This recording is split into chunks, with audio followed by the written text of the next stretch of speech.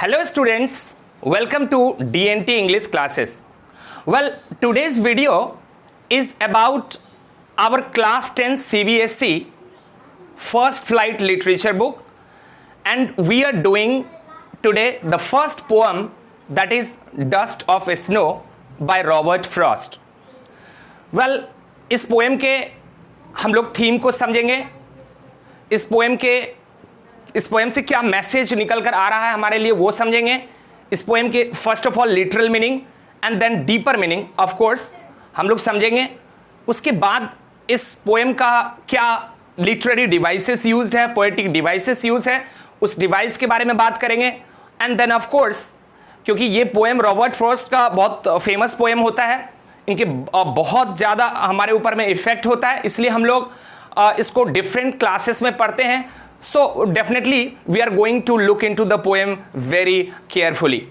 Well, सबसे पहले ये टाइटल और मैं हमारे पोएट के बारे में बात करूंगा. This poem is written by Robert Frost, who is an American poet. He was born in 1874 and died in 1963. He was born in San Francisco in California and died in Boston.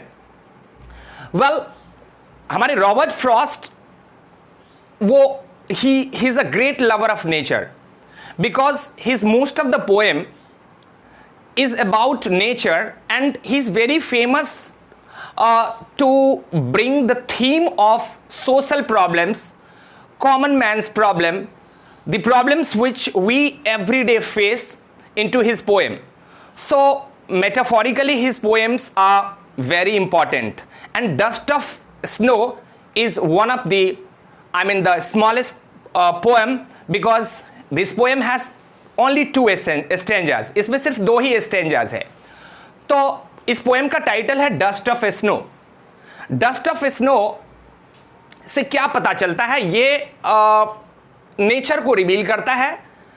Dust of snow is the particle of snow, it's the flake of snow is showering, is falling on the ground. That's the common activities we see especially in the winter. Another thing, ये poem का setting winter season का होगा definitely, और हम लोग जानते हैं कि winter seasons specially in northern parts, in northern countries, winters are very hard to face. Stiff coldness, extreme coldness, everything seems to be frozen. और इस केस में, इस स्थिति में अगर किसी को घर से बाहर निकलकर दिन भर का काम करना पड़ता है तो it's a tough job, it's really a tough job. So the scene is a winter, क्योंकि हमें इस पोएम में आगे देखने को मिलेगा hemlock tree which is covered by snow.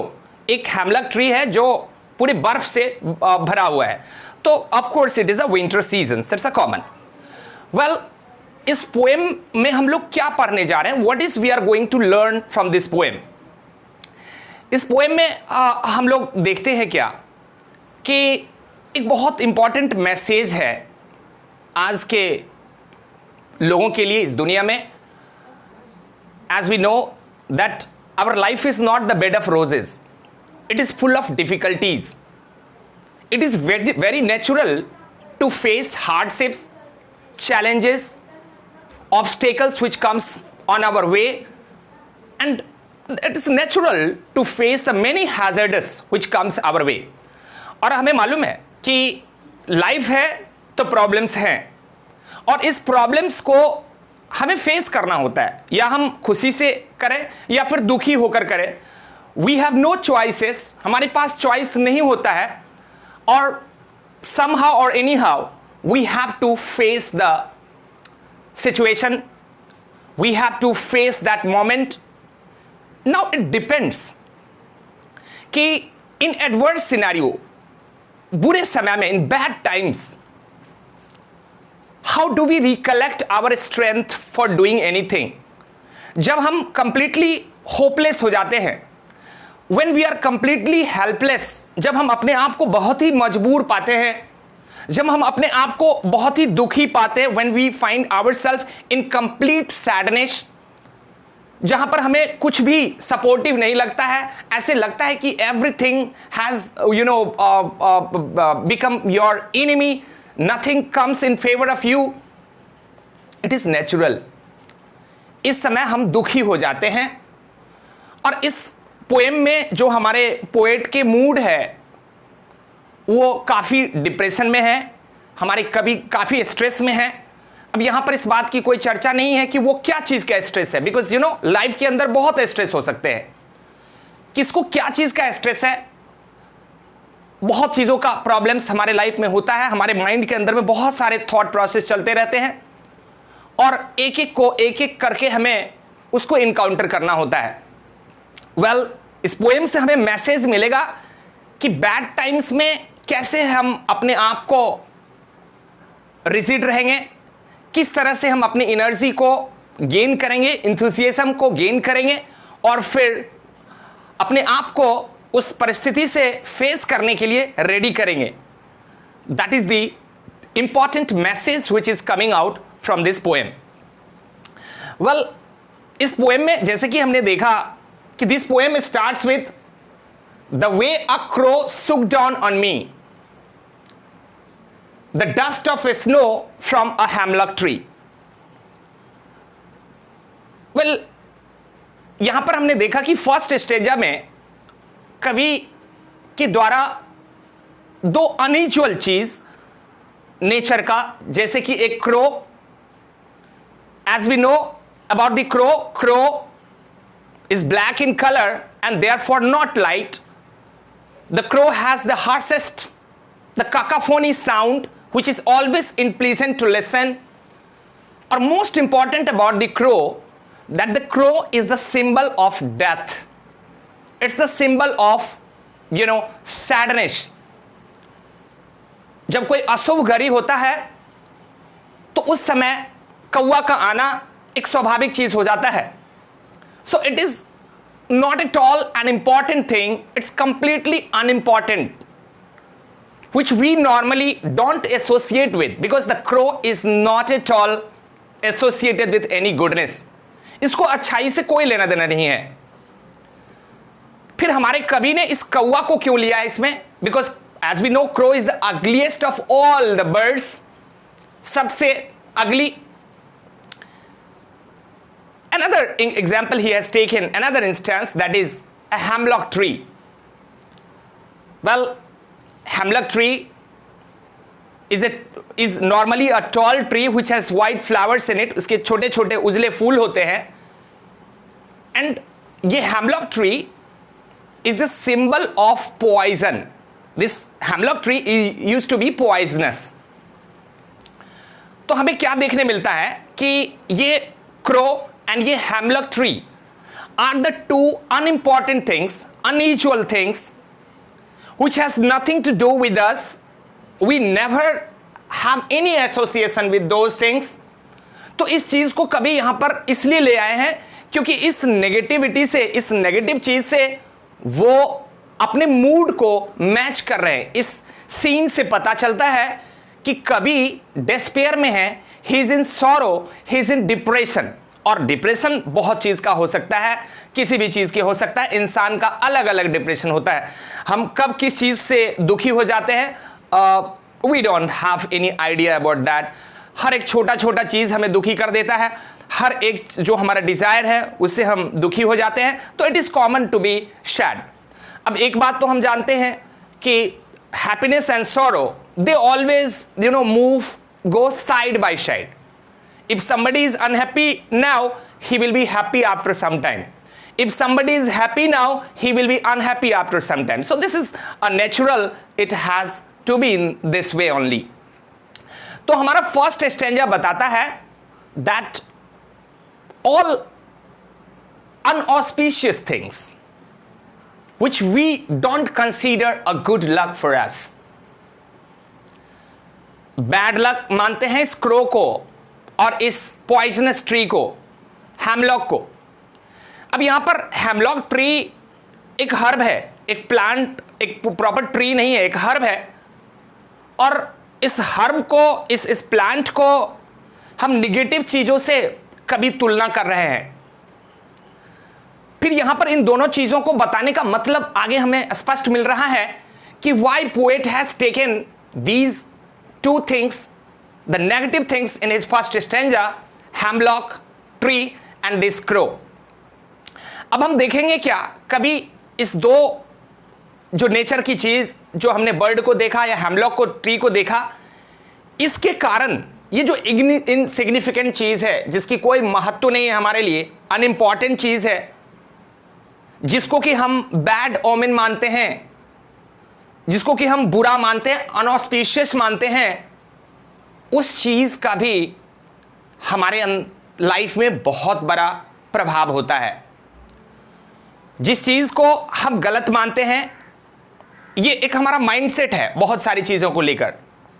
For example, जैसे हम लोग मानते हैं कि बिल्ली रास्ता काट दे तो वो बिल्ली का रास्ता काटना अशुभ होता है, बट यू डोंट नो कि वही बिल्ली के रास्ता काटने से कभी आपका अच्छा भी हो सकता है। कभी कहना चाहते हैं कि ये जो हमारा माइंडसेट है about anything, we should not come to any conclusion without knowing the result.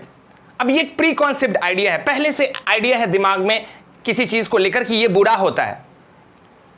कभी कहना चाहते हैं कि कुछ भी बुरा नहीं होता है, बुरा चीज में भी अच्छा ही होता है। सिमिलरली यहां पर जिस डस्ट ऑफ स्नो की बात करते हैं, वो dust of snow here represents the Joy, जो हम आगे देखेंगे, इससे खुशी मिलता है। और यहां पर ये जो हेमलॉक ट्री है या फिर ये क्रो है, these two thing represents sorrow. तो जिस चीज से हमें सॉरो मिलता है, उस चीज से भी कभी हमें खुशी मिल सकता है। कभी इस बात का प्रमाण, इस बात की मैसेज हमें इस पोएम से देना चाहते हैं। तो ये एक इंपॉर्टेंट बात यहां सामने में आता है। दूसरा बात, हमें कभी इस पोएम के माध्यम से ये भी he is trying to make us understand कि how powerful is the nature. प्रकृति कितना पावरफुल होता है हमारे लिए, और प्रकृति के हर एक चीज को हमें फॉलो करना चाहिए, क्योंकि प्रकृति हमें, इंसान को बदलने का उसमें क्षमता है। इंसान को प्रकृति के हमेशा करीब होना चाहिए, सो दैट कि उसके अंदर में जो परिवर्तन रिक्वायर्ड है, जो रिफ्रेशमेंट रिक्वायर्ड है, जो change from the monotonous life required है, वो मिल पाएगा। So we should definitely have the positive communication with nature. और हम लोग अपने माइंड को चेंज करने के लिए, मूड को चेंज करने के लिए, अपने मन को बहलाने के लिए, खुश होने के लिए हम लोग डेफिनेटली नेचर के करीब जाते हैं, चाहे जिस फॉर्म में हम नेचर के करीब जाएं।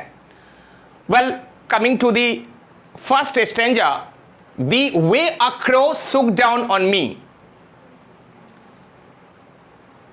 हियर क्या समझ में आ रहा है कि हमारे पोएट, जैसे कि हमने कहा कि विंटर का सीजन है, वो निकल रहे हैं, उनका मूड ठीक नहीं है, he is not happy, life की कुछ घटनाओं को लेकर काफी डिप्रेशन में है, उन्हें ऐसा लगता है कि बाकी के जो उनके समय है वो बेकार चला गया, he is worthless, useless, the time ahead is not at all in his favour, and he is regretting everything, he is repenting over those things, and he has just come across that hemlock tree. और जैसे ही हमारे कभी इस सोच के साथ, इस mood के साथ जैसे ही वो इस हेमलॉक ट्री के करीब पहुंचते हैं, तभी एक छोटा सा इंसिडेंट होता है, एक छोटा सा घटना, एक स्मॉल इंसिडेंट। और वो घटना क्या है? तो घटना is the falling of that small particles of snow on his body.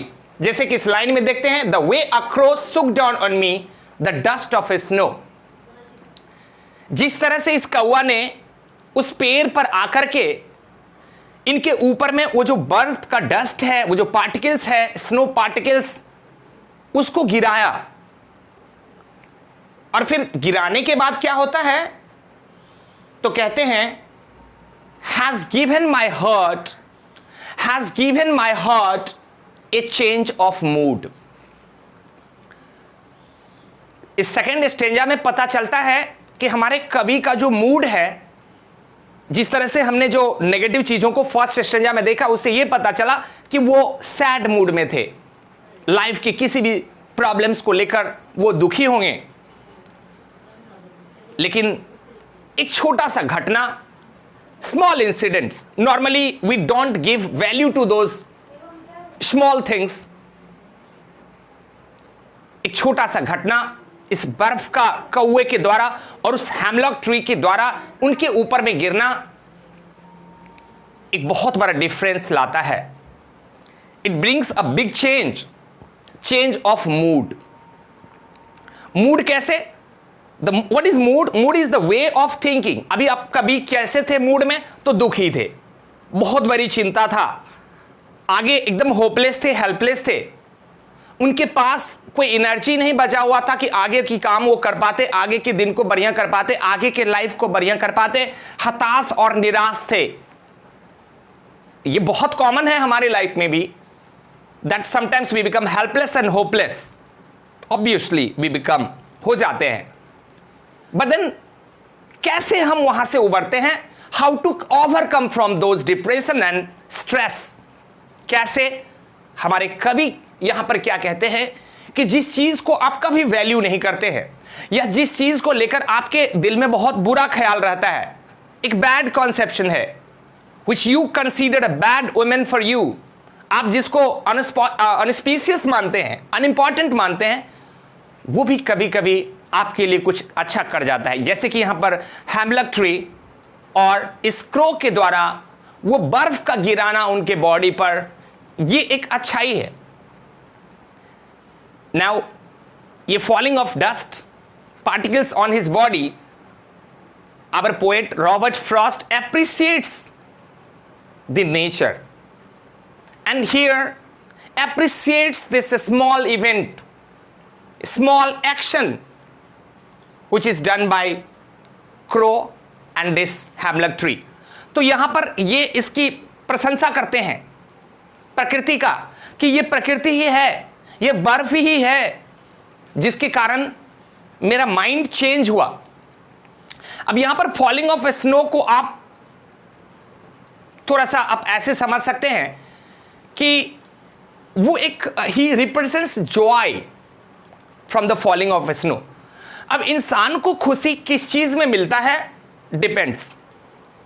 हर इंसान को अलग अलग चीजों से खुशी मिलता है, और हमारे जीवन के हर एक छोटे छोटे खुशी matters, because you know life is the very precious gift and this life is very limited and therefore every single moment has to be spent very wisely and happily। लेकिन ऐसा संभव नहीं है कि हम हर एक पल खुशी में ही रहें और हमारे साथ दुखी नहीं हो, हमारा कभी बैड टाइम नहीं आए, हमारे पास कभी स्ट्रेस ना हो। It is very obvious, it is possible because we are living in hectic life, but we should develop the idea also as how to overcome from this depression। और उस छोटे छोटे खुशी को आपको कारण बनाना पड़ेगा जो आपके जीवन में बदलाव लाता है। यहां पर falling of snow does not bring a big change in our life. ये एक बहुत बड़ा परिवर्तन नहीं है लाइफ में, एक छोटा परिवर्तन है, लेकिन ये छोटा छोटा चेंज, छोटे छोटे खुशी, small happiness counts in our life. कभी कहते हैं कि we have to give values to the small incidents in our life.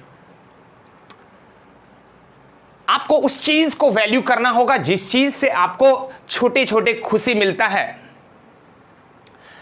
कभी कहते हैं कि आपको यह माइंडसेट बदलना होगा कि आप एक बिलीव पाल के रखे हैं कि कोई चीज बुरा होता है तो वो हमेशा बुरा होता है, या फिर कोई चीज अच्छा है तो वो हमेशा अच्छा है। बिल्कुल नहीं। कभी कभी ब्यूटीफुल चीज भी हमारे लिए ट्रबलसम हो जाता है, which can bring the bad impact on us and even sometimes the unimportant things हमारे लिए अच्छा कर सकता है। तो कोई भी व्यक्ति बुरा नहीं होता है. You don't take as granted that some certain people are bad or something. We have to always look for the good even in bad. हमें बुराई में भी अच्छाई ढूंढना होता है क्योंकि उसके अंदर भी अच्छाई छिपा रहता है. हम लोग हमेशा नेगेटिव एस्पेक्ट को ही देखते हैं. We are very smart to judge a book by its cover. Very bad. We should definitely not come to any conclusion without having the proper information and idea.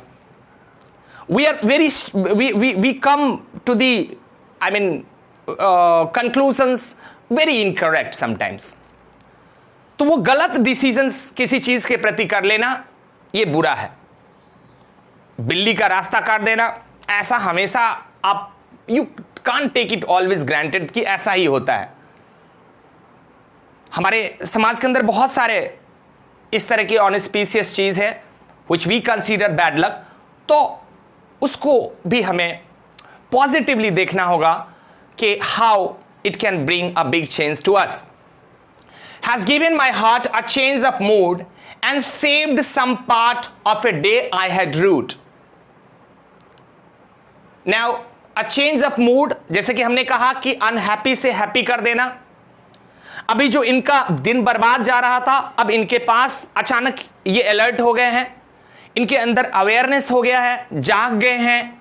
Now he is ready to take effort. अब इनके आने वाला जो life है, आने वाला जो दिन है, आने वाला जो समय है, that seems to be quite lucid, वो ब्राइट दिखता है. And this is just because of a simple incident.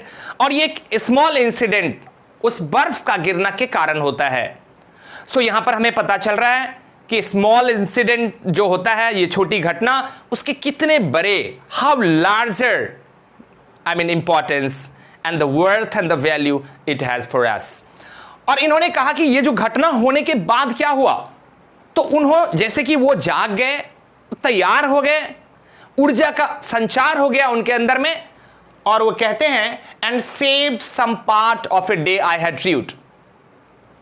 ये अपना समय बर्बाद कर रहे थे बुरे सोच में. हमारे अंदर लाइफ में भी होता है कि बहुत घटना ऐसा होता है जिसको लेकर हम चिंतित रहते हैं, और जो आने वाला समय रहता है उसको भी हम बर्बाद करते रहते हैं. कभी कहते नहीं, जो हो गया लेट इट गो, इसे जाने दो. Now focus for the future. It is no use repenting and regretting over what had happened.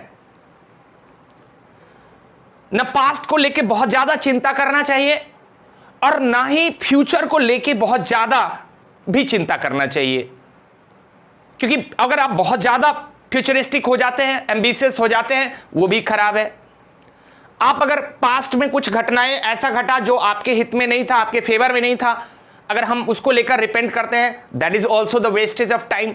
सो कभी कहते हैं कि why not to live in present.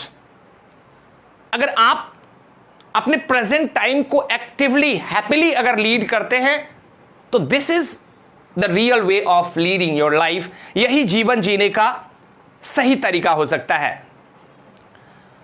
इनके जो बाकी के दिन जो वेस्ट हो रहे थे, इन्होंने इस दिन को वेस्ट होने से अपने आप को बचा लिया, और इसका पूरा क्रेडिट इस छोटी सी घटना को देते हैं. इसका पूरा क्रेडिट वो उस नेचर को देते हैं कि because of nature only this has happened. तो यहां पर बताया जा रहा है कि नेचर के पास हमारे इमोशंस को हील करने का, हमें क्योर करने का दवा है. नेचर कैन डू दिस, और इसीलिए we have to always come in closer to the nature. हमें प्रकृति के करीब आना चाहिए और प्रकृति को, नेचर को रिगार्ड करना चाहिए. नाउ अब इस पोएम से संबंधित, इस पोएम में आने वाले जो लिटरेरी डिवाइसेस हैं, हम उस लिटरेरी डिवाइस के बारे में बात करेंगे, और फिर हम कुछ क्वेश्चंस के बारे में बात करेंगे अबाउट दिस पोएम. वेल, इस पोएम में सबसे पहले हम देखेंगे कि इस पोएम का राइमिंग स्कीम क्या है, राइम क्या है. तो राइम क्या होता है जी, तो वर्ड के जो लास्ट साउंड है वो आने वाले सेंटेंस के लास्ट साउंड से मैच करना चाहिए. अब यहां पर हमने देखा कि राइमिंग स्कीम क्या है, तो ये ए and here is B, and this O sound is matched here. Say again A, and this is B. So the first stanza is A, B, A, B.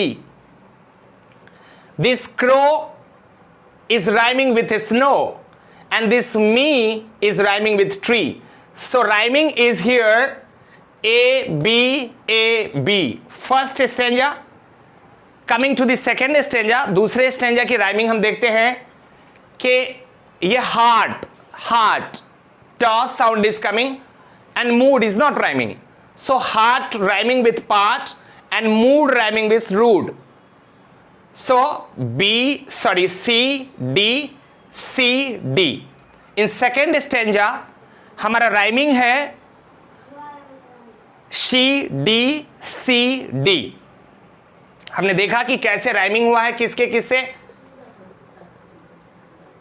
Crow को स्नो से rhyme हुआ है, me with the tree, heart with part, and mood with root.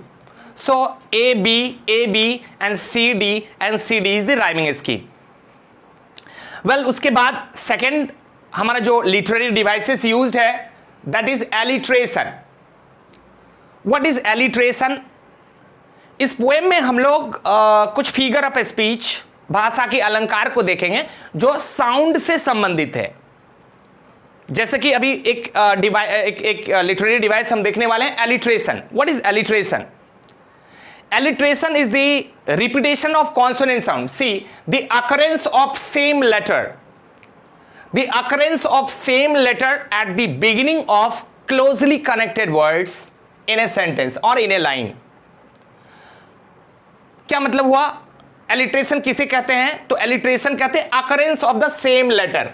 अब हम देखते हैं यहां पर, ये इस हमारे सेकेंड स्टैंजा के first line, the example of alliteration. Here has is started with H. यहां हैज एच से शुरू हुआ, ha sound is coming, and again after two words there is a word heart. Again this word is started with H sound, ha, consonant sound. So what do we see? The repetition of consonant sound in the beginning of a word. हम word की शुरुआत में जो sound आया consonant, वो sound जब हम आने वाले वर्ड में रिपीटेड देखते हैं, दैट इज द एलिट्रेशन. दूसरा भी एलिट्रेशन एग्जांपल देख सकते हैं हम. And saved some. सेव्ड में S consonant sound is the beginning, और सम में भी पहला साउंड जो है that is consonant. So here these two words are beginning with the same sound, that is a consonant sound.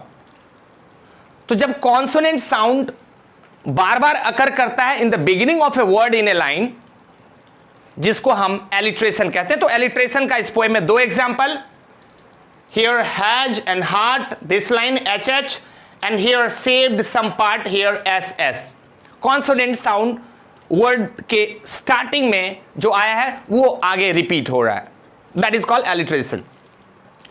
Now we have other literary devices. Assonance. What is assonance? Assonance is the repetition of vowel sound. You know, a e I o u, vowel sound. So assonance is what? The prominence of a vowel sound throughout a line. पूरे line में vowel sound ही dominant रहता है. That vowel sound is repeated in connected words, in coming words in a line. और वो जो vowel sound की जो repetition है, वो repetition को ही हम assonance कहते हैं. लेकिन एक चीज कि ये जो vowel की साउंड है, ये वर्ड के बीच में है. Here it is given that the prominence of a vowel sound throughout a line is called assonance. Now,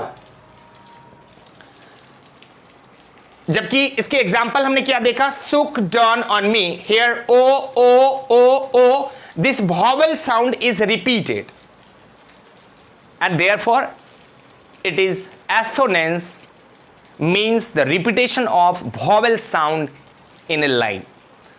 अब हम अगला जो फिगर ऑफ स्पीच हमारा है, जो लिटरेरी डिवाइस हमने यूज देखा है इस पोएम में, वो है कॉन्सोनेंस।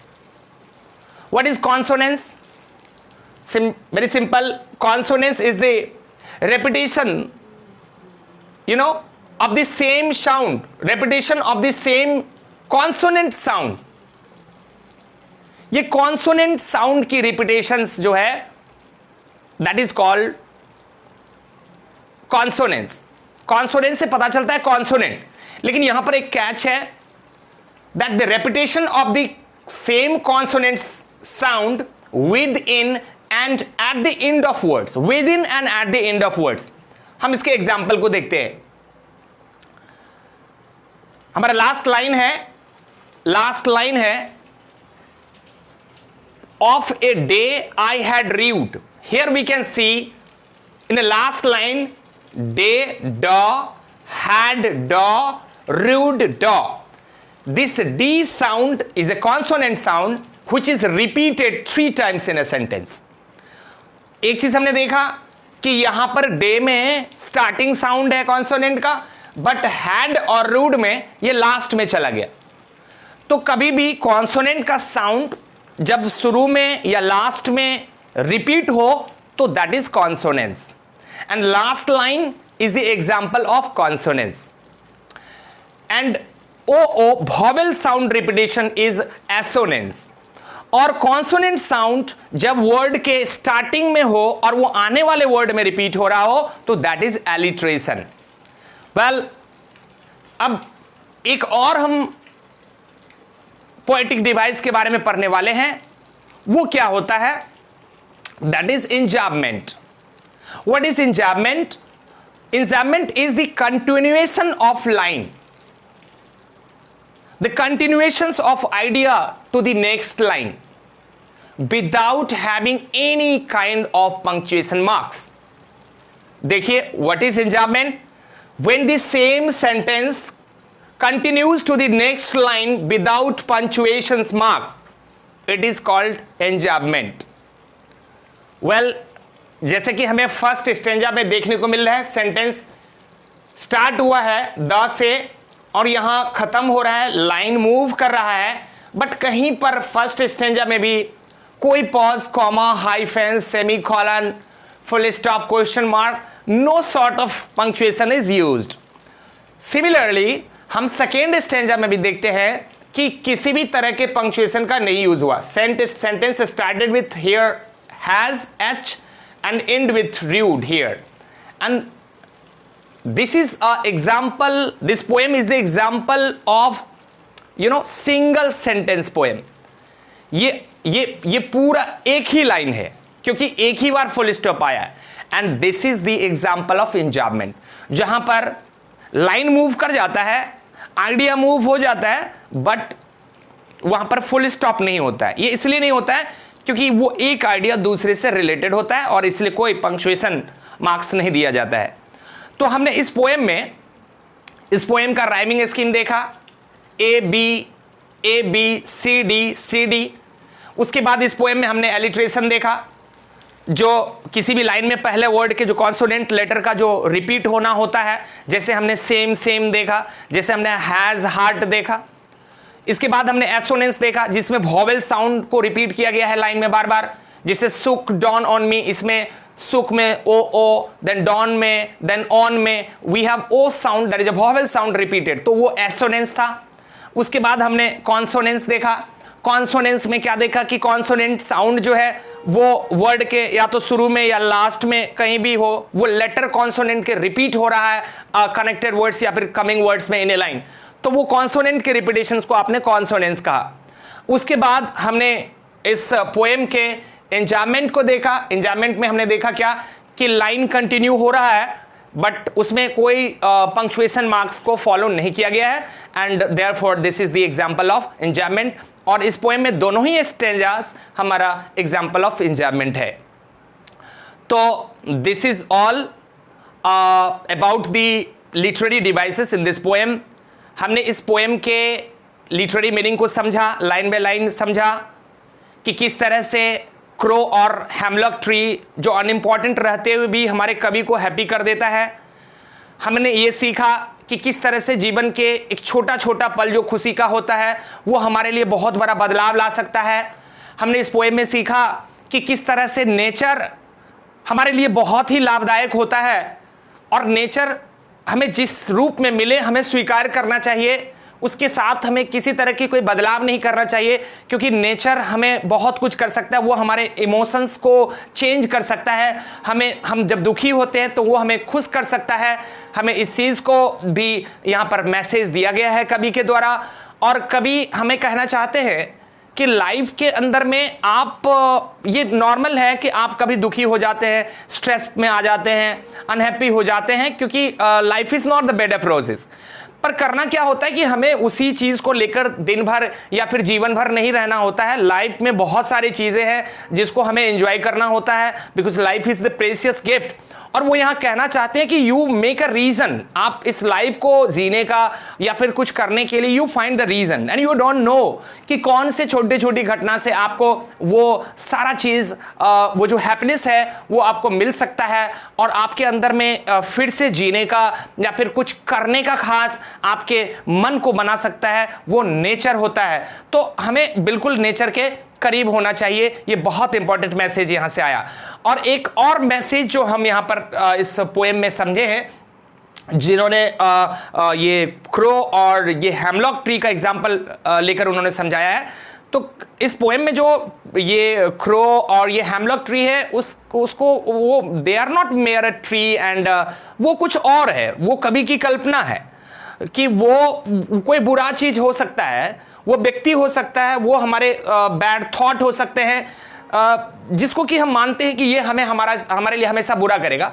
बट उन्होंने यहाँ पर देखा क्या कि वो अनइम्पॉर्टेंट होते हुए भी, वो बुरा चीज़ होते हुए भी, अपशकुन चीज़ को माने जाने वाला चीज़ होते हुए भी वो हमारे लिए कुछ अच्छा कर रहा है। तो ये जो प्री कॉन्सेप्ट एक सोच है उसको बदलने के लिए कहते हैं। तो ये एक बहुत ही इंपॉर्टेंट मैसेज जो थीम है वो इस पोएम से हमें निकलकर मिल रहा है।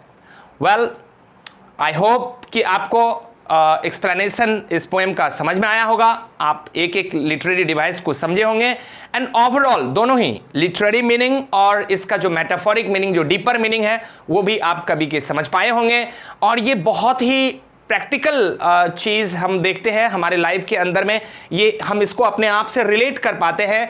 कभी शायद ये इसलिए ये बहुत ही फेमस कवि हैं क्योंकि वो छोटे छोटे घटनाओं से, small things, small events, unimportant चीज़ से मेटाफोरिकली वो बहुत खास मीनिंग लेकर आते हैं, बड़े बड़े मीनिंग लेकर आते हैं। और शायद ये इनकी कविता का खासियत है रॉबर्ट फ्रॉस्ट का। So I hope you like this video. Well, अगर आपको इस पोएम से कोई भी अगर कंफ्यूजन हो, कोई और क्लैरिफिकेशन आपको कुछ जानना हो, तो you can comment me and you can ask simply. You're always welcome, and I hope that if you are new to my channel, definitely you will subscribe, like and comment, and if you are a regular, then definitely you will make a strong comment. Thank you, take care, bye for now.